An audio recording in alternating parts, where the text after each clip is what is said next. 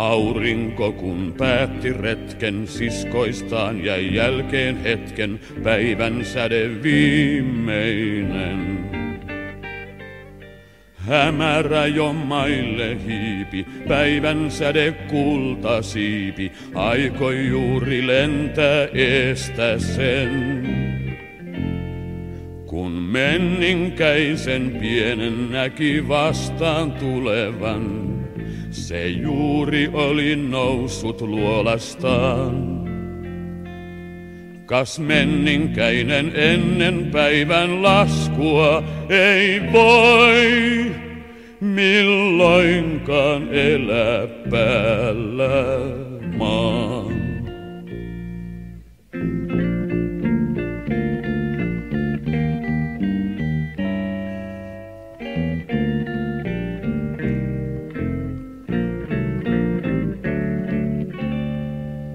Katselivat toisiansa, menninkäinen rinnassansa, tunsi kummaa leiskuntaa.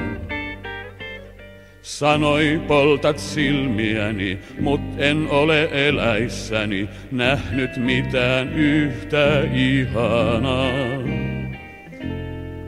Ei haittaa, vaikka loisteesi mun sokeaksi saa. On pimeässä helppo taivaltaa. Jää luokseni, niin kotiluolaan näytän sulle tien. Ja sinut armaakseni vien.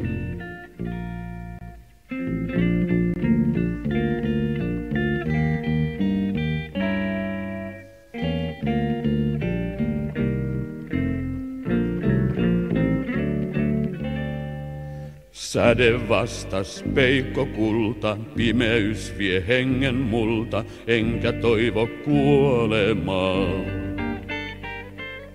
Pois mun täytyy heti mennä, ellen kohta valoon lennä, niin en hetkeäkään elää saa. Niin lähti kaunis päivän säde, mutta vieläkin. Kun menninkäinen yksin tallustaa,